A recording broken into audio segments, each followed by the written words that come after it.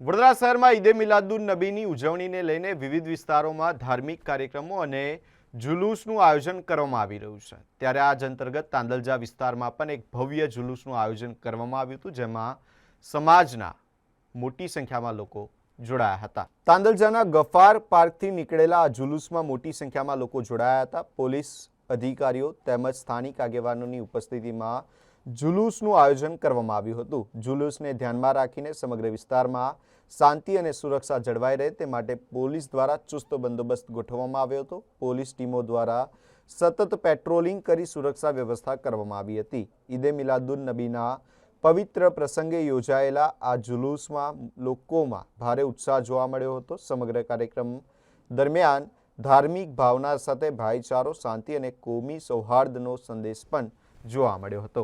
આજે અહીંયા દર વર્ષની જેમ આપણે ઈદ નિમિત્તે ભવ્ય જુલુસનું આયોજન કરવામાં આવેલ છે। તાંદલજા વિસ્તારના આગેવાનો દ્વારા વડોદરા શહેર પોલીસ દ્વારા તમામ પ્રકારની તકેદારી અને બંદોબસ્ત રાખવામાં આવેલ છે અને બહુ સારી રીતે આયોજન કરેલ છે અને બહુ શાંતિ રીતે પૂર્ણ થાય એ રીતના આયોજન કરવામાં આવેલ છે।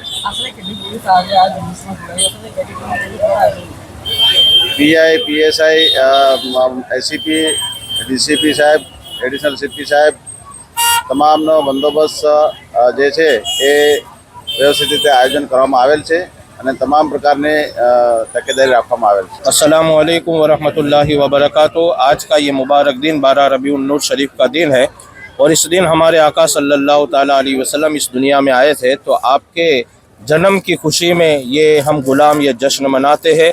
और क्योंकि सरकार अलैहिस्सलाम की आमद के सदक़े में अल्लाह ने पूरी दुनिया को कायम किया है, अमन सुकून कायम किया है और सरकार अलैहिस्सलाम ने भी बेहतरीन अखलाक और बेहतरीन किरदार की तालीम दी थी।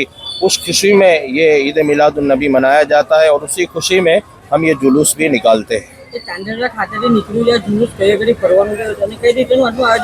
ये तांदलजा गफ्फार पार्क से शुरू हुआ, राजवी टावर और मनीषा सर्कल से होते हुए वापस राजवी टावर से होते हुए इंशाअल्लाह उल अज़ीम पत्रकार चौकड़ी पे ये जुलूस खत्म हो जाएगा। हमारा आका हजरत मोहम्मद मुस्तफा सल्लल्लाहु ताला अलैहि वसल्लम जन्म दिवसનો મુબારક દિન હોય। આ દિવસની ખુશીમાં તાંદલજામાં એક શાનદાર જુલુસનું આયોજન કરવામાં આવ્યું છે અને આ જુલુસ અત્યારે ગફ્ફાર પાર્કથી રવાના થયું છે। સહકારનગર, રાજી ટાવર અને મનીષા થઈને પરત પોતપોતાની મસ્જિદોમાં આ જુલુસનો સમાપન થશે અને તમામ મસ્જિદોમાં જોહરની નમાજ કે બાદ એટલે કે 2 વાગ્યા પછી અમારા આકા સલ્લલ્લાહુ તાલા અલૈહિ વસલ્લમના બાલ મુબારકની ઝિયારત કરવામાં આવશે અને ત્યાં ખાસ દુઆ કરવામાં આવશે કે આપણા દેશમાં બધા સુકૂન અને ચેનથી જિંદગી પસાર કરી શકે એવી દુઆ પણ કરવામાં આવશે।